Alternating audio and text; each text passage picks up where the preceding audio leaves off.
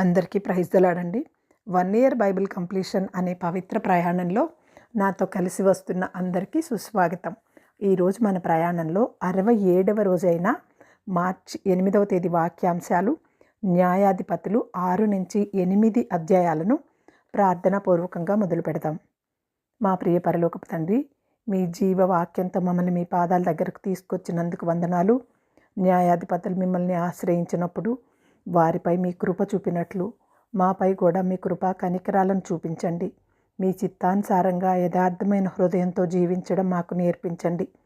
ఈ వాక్య భాగాలు వింటున్న ప్రతి ఒక్కరి హృదయాన్ని బలపరిచి మీ కృపా కనికరాలను అనుగ్రహించమని ప్రభువు పేరిట ప్రార్థిస్తున్నాను తండ్రి. ఈ వాక్య భాగాలు మీ హృదయాలను కూడా నిజంగా స్పర్శించినట్లయితే కామెంట్ బాక్స్లో ఆమెను చెప్పడం మర్చిపోకండి. న్యాయాధిపతులు 6వ అధ్యాయము.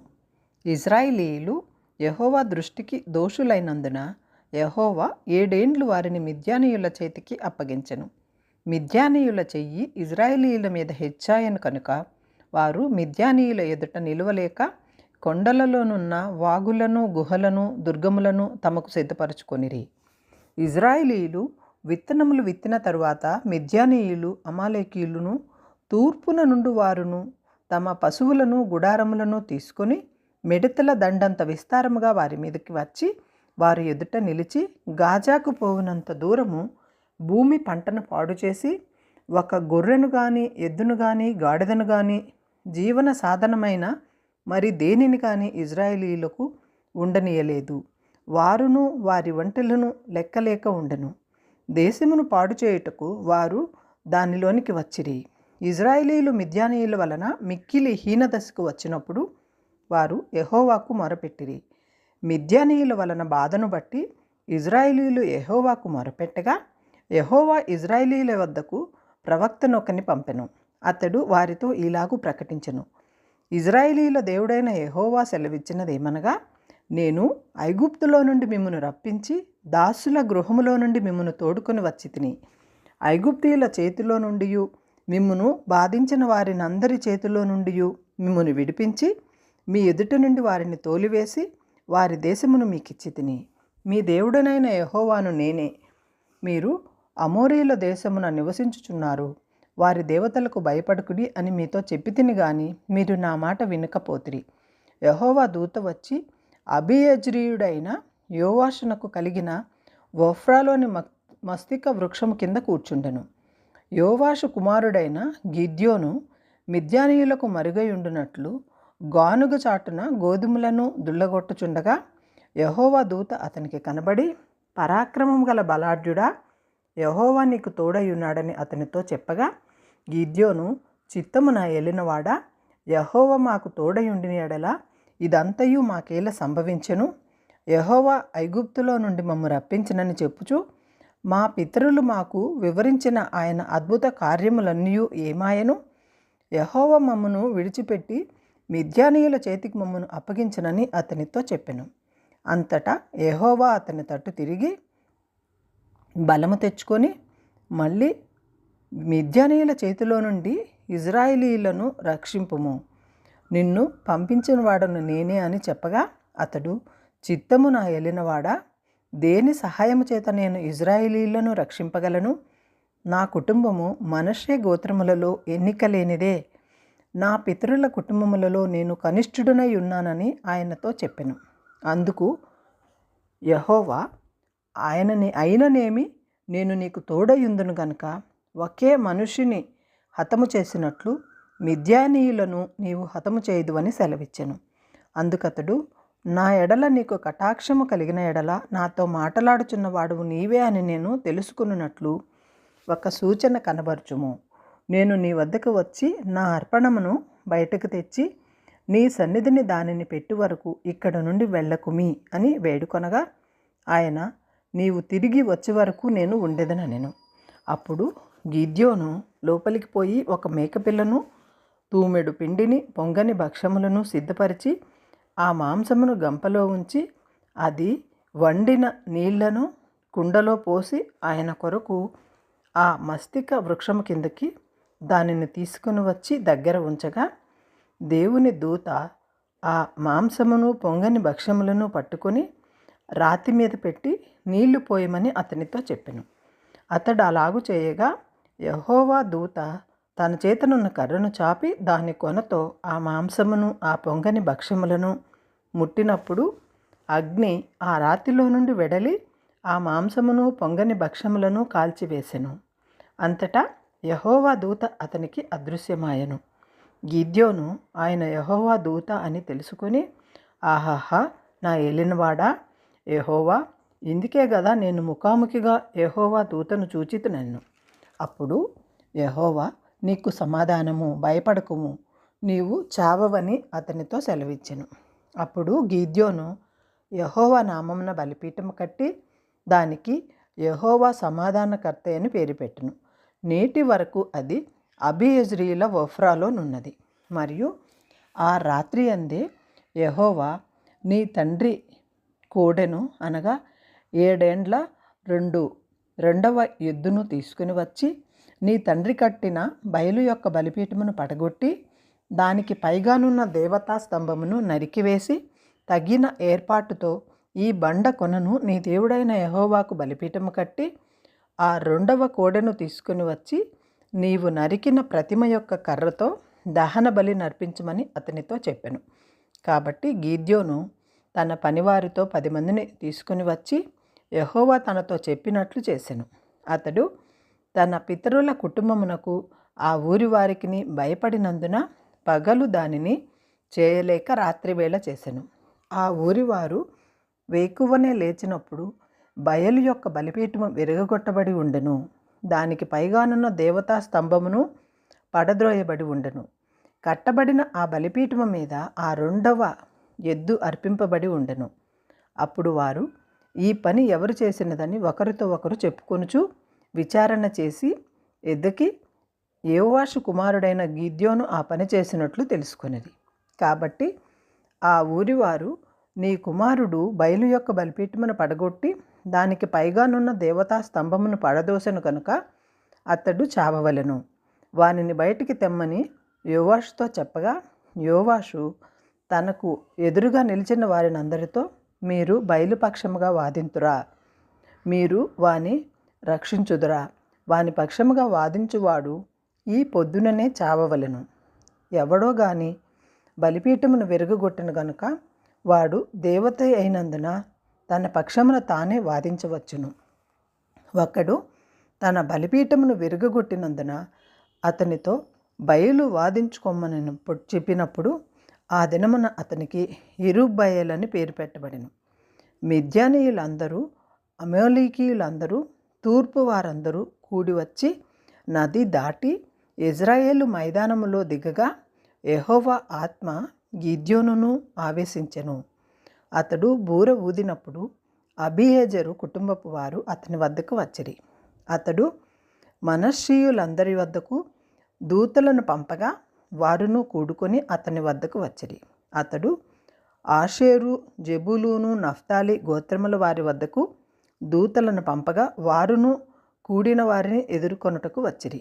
అప్పుడు గిద్యోను, నీవు సెలవిచ్చినట్లు నా చేత ఇజ్రాయేలీయులను రక్షింపనుద్దేశించిన ఎడల నేను కళ్ళెమున గొర్రెబొచ్చు ఉంచిన తరువాత నేల అంతయు ఆరి ఉండగా ఆ గొర్రెబొచ్చు మీద మాత్రమే మంచు పడిన ఎడల నీవు సెలవిచ్చినట్లు ఇజ్రాయేలీయులను నా మూలముగా రక్షించదవని నేను నిశ్చయించుకుందునని దేవునితో అనెను. అలాగున జరిగెను. అతడు పొద్దుట లేచి ఆ బొచ్చును పిడిచి నీళ్లతో పాత్ర నిండు వరకు ఆ బొచ్చు నిండా మంచును పిండెను. అప్పుడు గిద్యోను, నీ కోపము నా మీద మండనీయకము, ఇంకొక మారే ఆ బొచ్చు చేత శోధింప సెలవిమ్ము. నేల అంతటి మీద మంచు పడి ఉండగా ఆ బొచ్చు మాత్రమే పొడిగా ఉండనిమ్మని దేవునితో అనగా ఆ రాత్రి దేవుడు అలాగున చేసెను.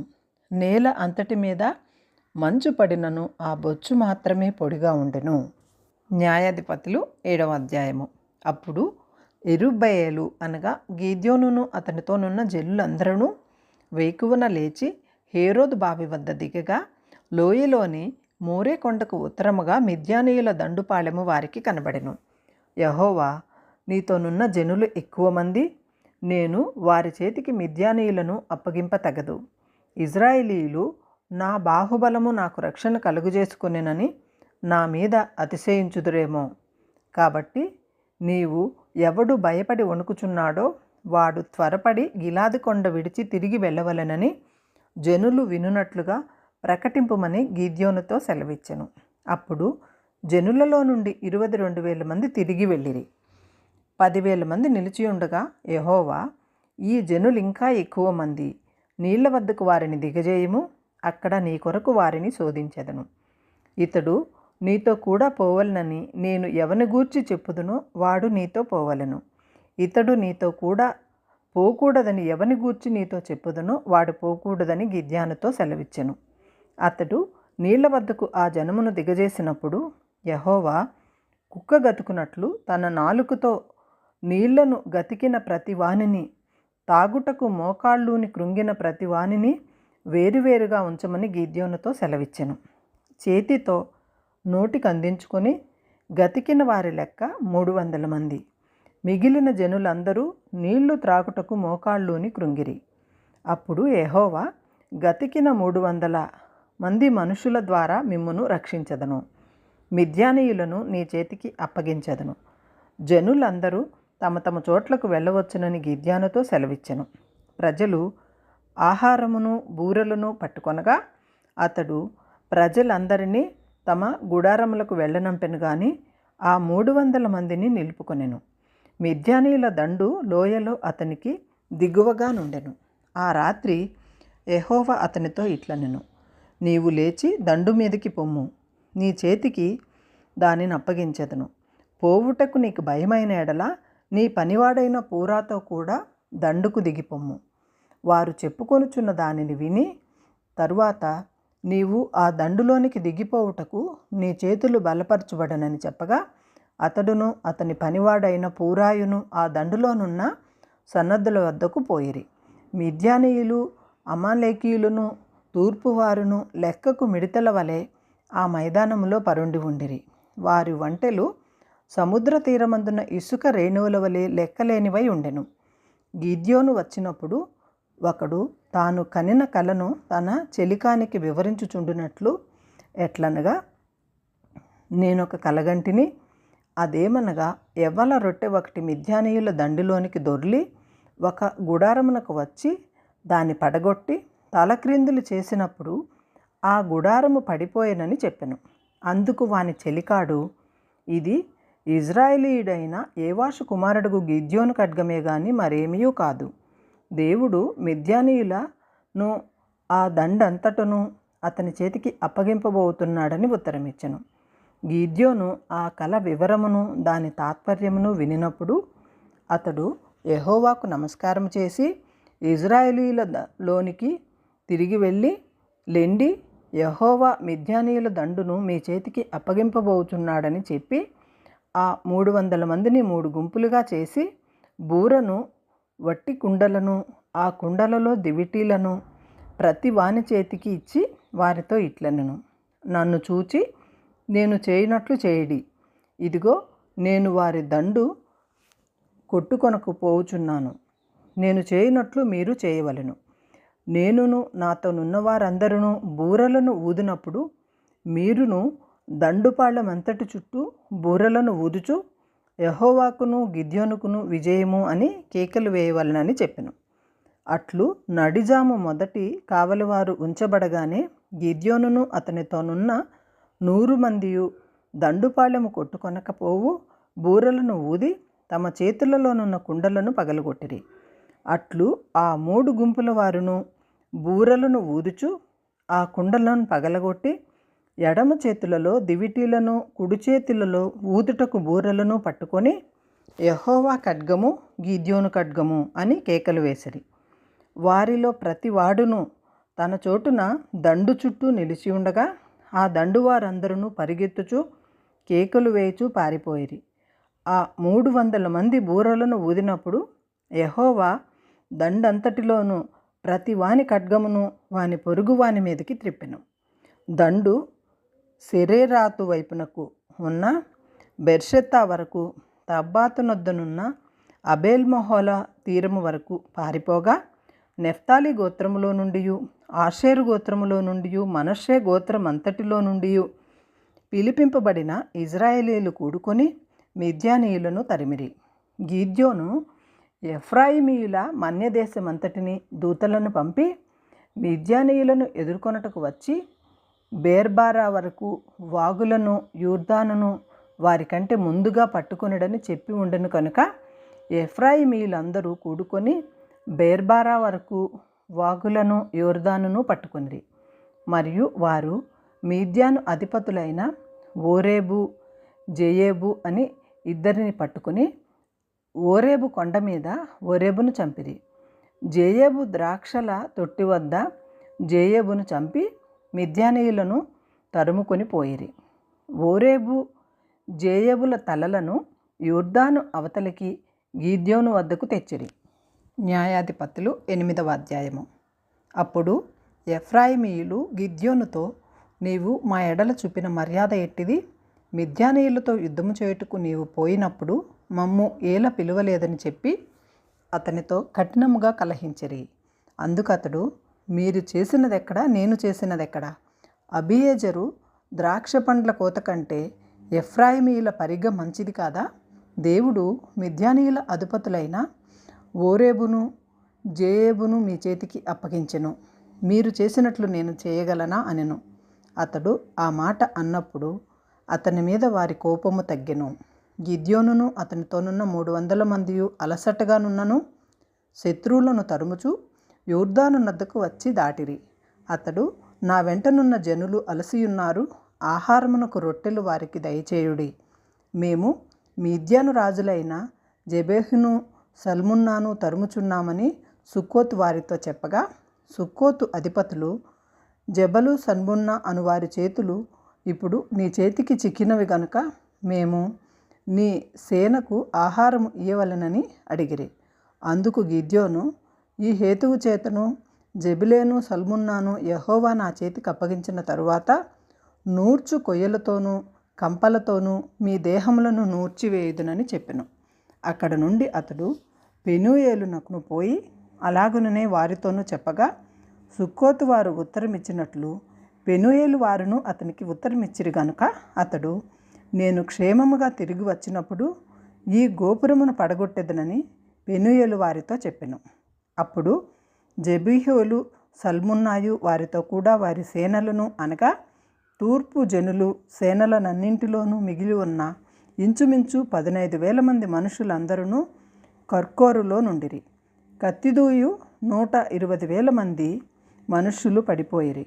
అప్పుడు గిద్యోను నోబాహుకును, ఎగేబహును తూర్పున గుడారములలో నివసించిన వారి మార్గమున పోయి సేన నిబ్బరముగా నున్నందున ఆ సేనను హతము చేసెను.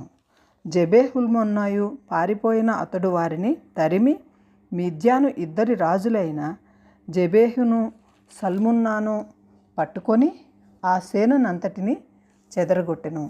యుద్ధము తీరిన తరువాత యోవాషు కుమారుడైన గిద్యోను హెరెసు ఎగువ నుండి తిరిగి వచ్చి సుక్కోతు వారితో ఒక యవ్వనుని పట్టుకొని విచారింపగా, అతడు సుక్కోతు అధిపతులను, పెద్దలలో 77 మనుషులను పేరు పేరుగా వివరించి చెప్పెను.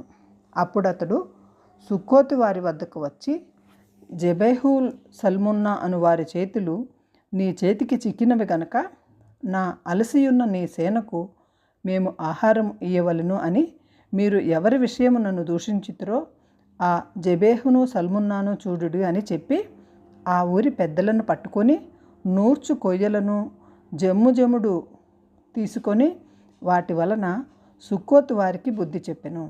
మరియు అతడు పెనూయేలు గోపురమును పడగొట్టి ఆ ఊరి వారిని చంపెను. అతడు, మీరు తాబోరులో చంపిన మనుష్యులు ఎట్టివారని జెబెహును, సల్మున్నాను అడుగగా, వారు నీ వంటి వారే, వారందరూ రాజకుమారులను పోలి ఉండిన వారనగా, అతడు, వారు నా తల్లి కుమారులు, నా సహోదరులు. మీరు వారిని బ్రతుకనిచ్చిన ఎడల యెహోవా జీవము తోడు మిమ్మును చంపకుందునని చెప్పి తన పెద్ద కుమారుడైన ఏతేరును చూచి నీవు లేచి వారిని చంపుమని చెప్పెను.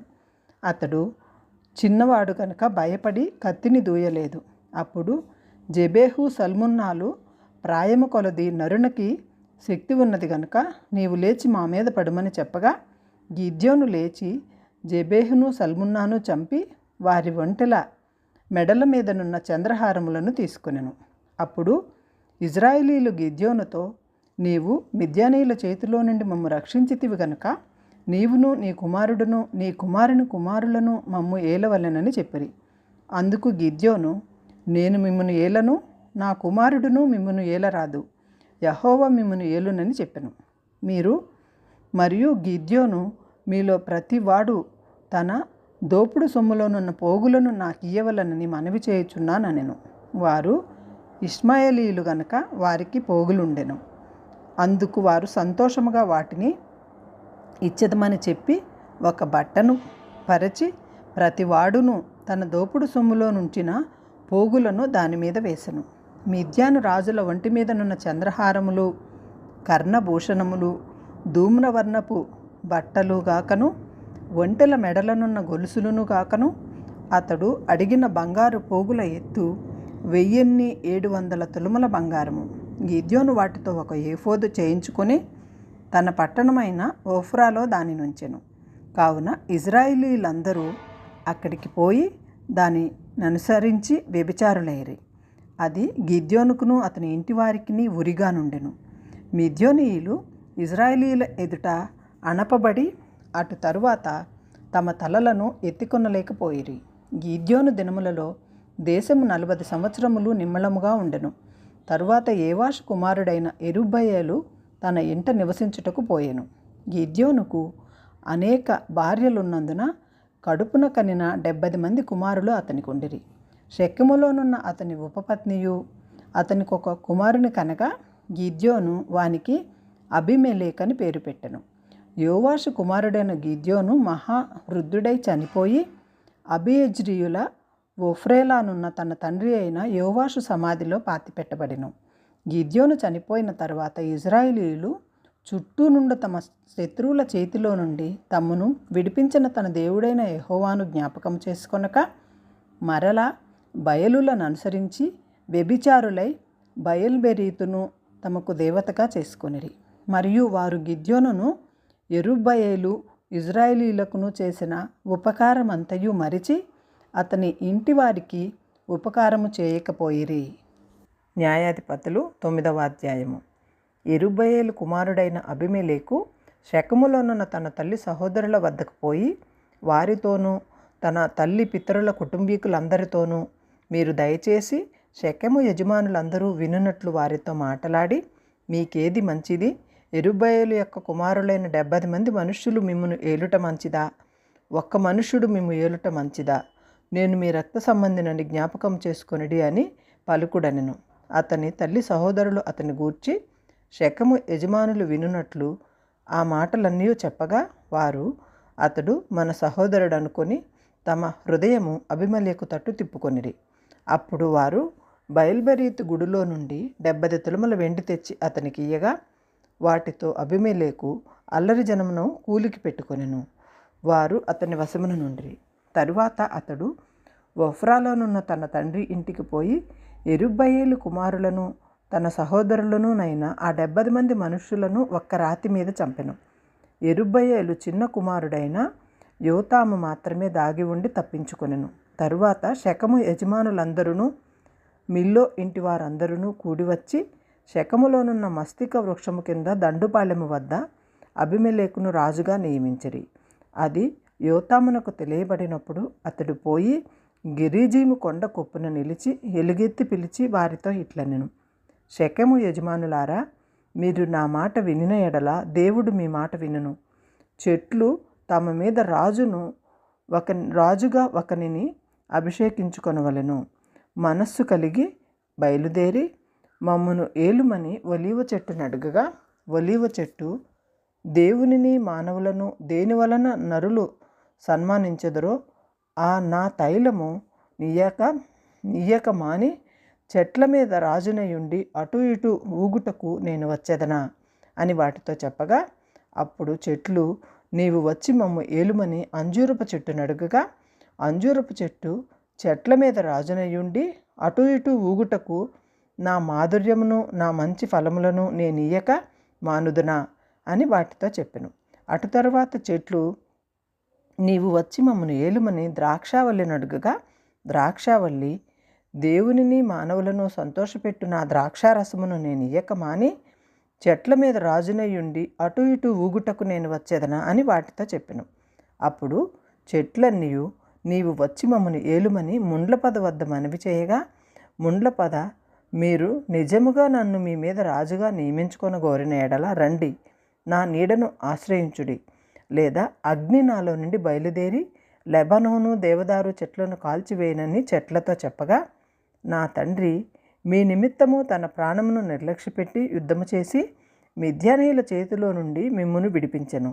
అయితే మీరు నా తండ్రి కుటుంబముల మీదకి లేచి ఒక రాతి మీద అతని కుమారులైన 70 మంది మనుషులను చంపి అతని పనికత్తె కుమారుడైన అబీమెలెకు మీ సహోదరుడైనందున షెకెము వారి మీద అతనిని రాజుగా నియమించి ఉన్నారు.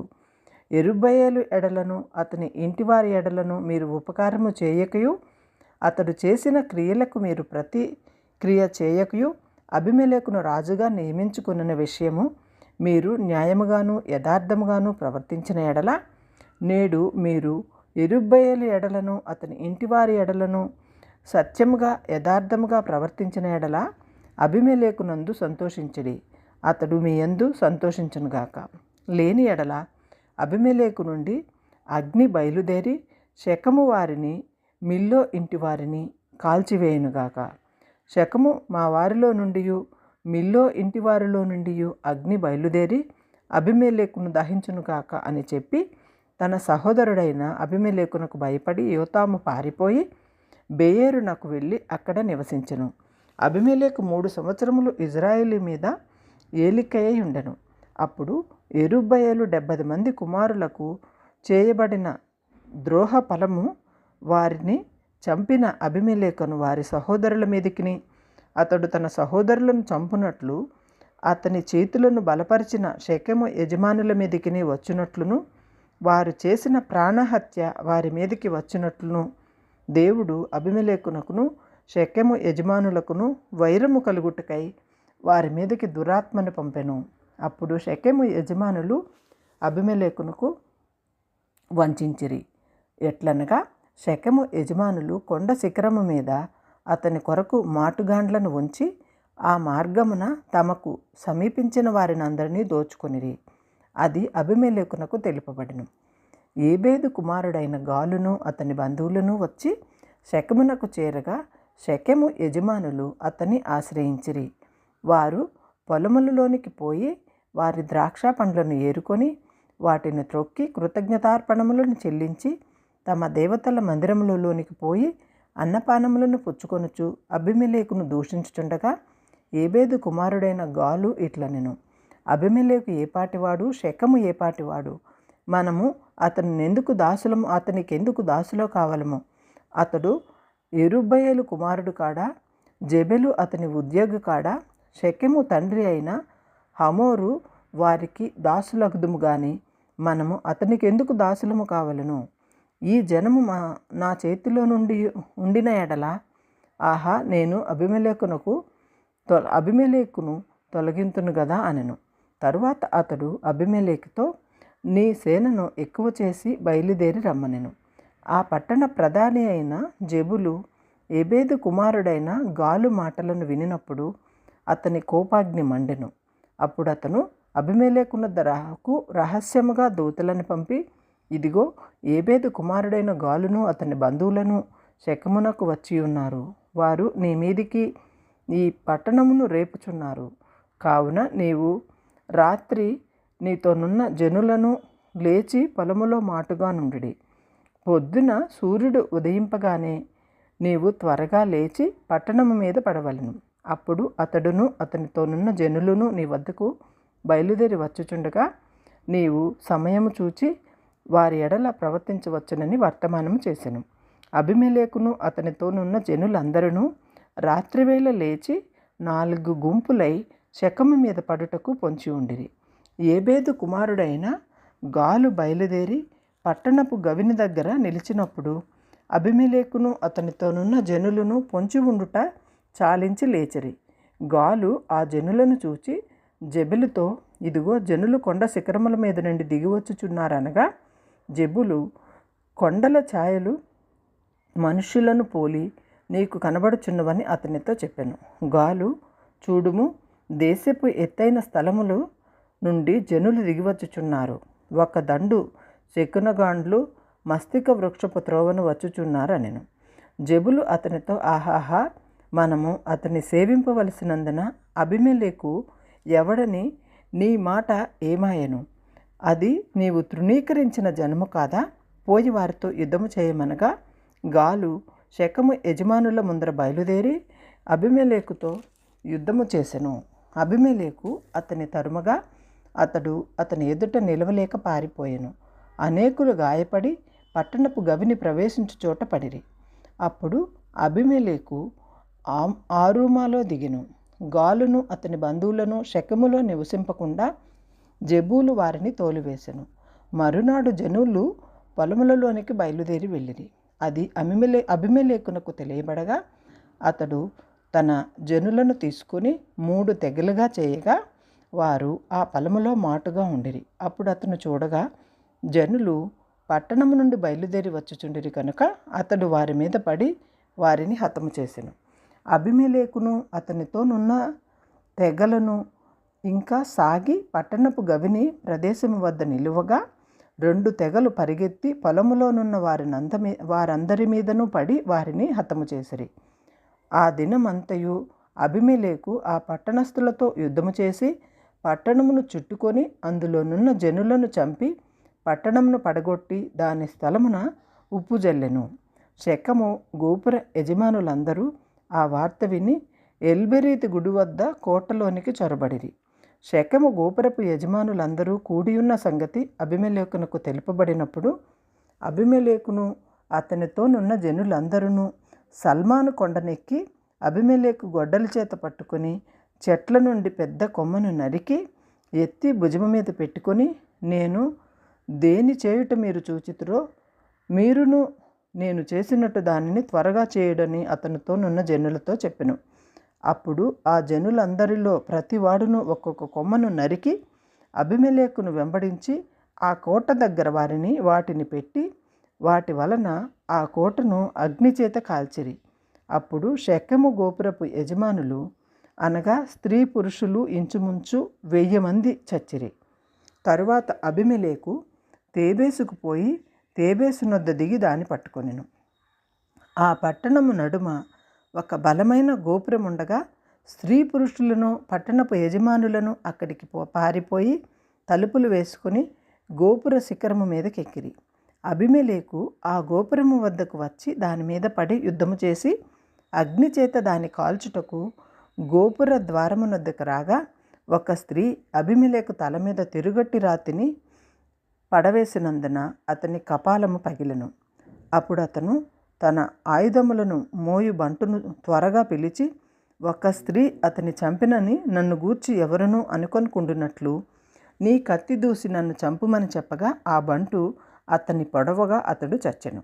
అబీమెలెకు చనిపోయినని ఇజ్రాయేలీలు తెలుసుకొనినప్పుడు ఎవరి చోటికి వారిపోయిరి. అట్లు అబీమెలెకు తన 70 మంది సహోదరులను చంపుట వలన తన తండ్రికి చేసిన ద్రోహమును దేవుడు మరలా అతని మీదకి రప్పించెను.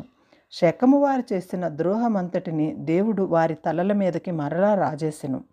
యెరుబ్బయలు కుమారుడైన యోతాము శాపము వారి మీదకి వచ్చెను. న్యాయాధిపతులు 10వ అధ్యాయము. అబీమెలెకునకు తరువాత ఇస్సాకారు గోత్రీకుడైన దోదో మనుమడును పువ్వా కుమారుడునైన తోలా న్యాయాధిపతిగా నియమింపబడెను. అతడు ఎఫ్రాయిమీయుల మన్యమందలి షామీరులో నివసించేవాడు. అతడు 23 సంవత్సరములు ఇజ్రాయేలీలకు న్యాయాధిపతి అయి ఉండి చనిపోయి షామీరులో పాతిపెట్టబడెను. అతని తరువాత గిలాదు దేశస్థుడైన యాయూరు నియమించబడిన వాడై 22 సంవత్సరములు ఇజ్రాయేలీలకు న్యాయాధిపతి అయి ఉండెను.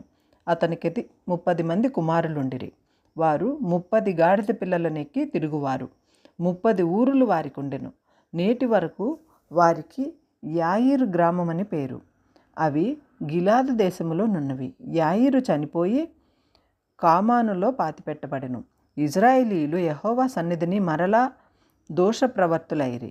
వారు యెహోవాను విసర్జించి ఆయన సేవ మాని బయలును అష్టారోతులను అను సిరియనుల దేవతలను, సీదోనీయుల దేవతలను, మోయాబీయుల దేవతలను, అమ్మోనీయుల దేవతలను, ఫిలిప్పీయుల దేవతలను పూజించుచూ వచ్చిరి.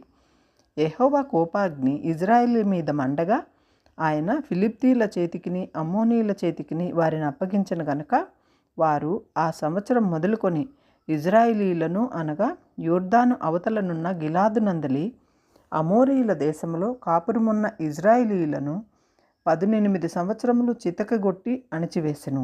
మరియు అమ్మోనీయులు యూదా దేశస్థులతోనూ బెన్యామీయులతోనూ ఎఫ్రామీయులతోనూ యుద్ధము చేయుటకు యోర్దానును దాటిరి.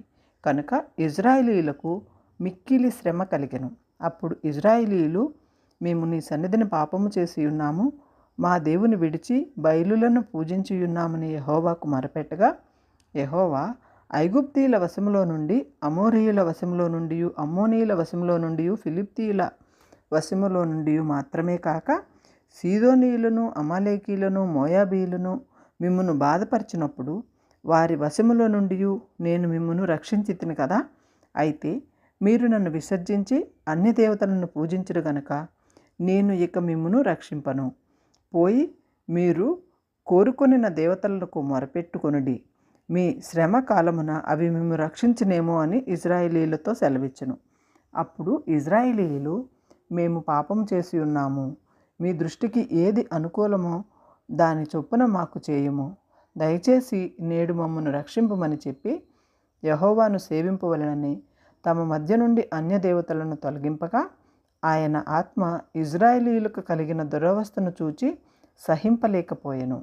అప్పుడు అమ్మోనీయులు కూడుకొని గిలాదులో దిగి ఉండిరి, ఇజ్రాయేలీయులను కూడుకొని మిస్సాలో దిగి ఉండిరి. కాబట్టి జనులు, అనగా గిలాదు పెద్దలు, అమ్మోనీయులతో యుద్ధము చేయబూనుకొనిన వాడెవడో వాడు గిలాదు నివాసులకందరికీ ప్రధానుడగునని ఒకనితో ఒకడు చెప్పుకొనిరి.